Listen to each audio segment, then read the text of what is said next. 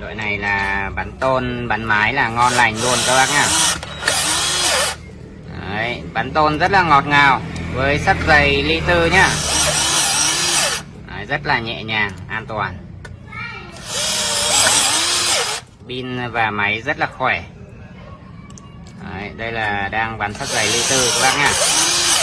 Đấy, rồi sau đây em xin giới thiệu cho các bác một dòng máy khoan pin Makita có phụ kiện. Máy thì bao gồm là một máy, một thân máy, đầu kiệp 10 ly, pin 5 cell, 18 cấp độ trượt, có chế độ búa khoan tường, 2 cấp độ nhanh chậm, pin 36V các bác nhá. Một bộ thì bao gồm là một thân máy, 2 quả pin. Đấy, và một cục sạc đi theo. Tiếp theo nữa là một bộ phụ kiện như hình này các bác nhá.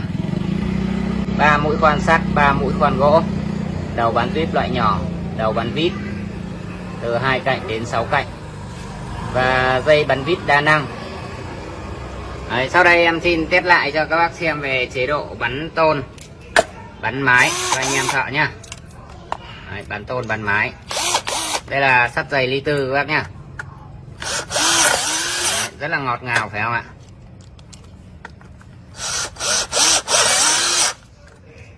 Rất là tuyệt vời các bác nhá. Anh em có nhu cầu đặt hàng thì để lại địa chỉ và số điện thoại bên dưới.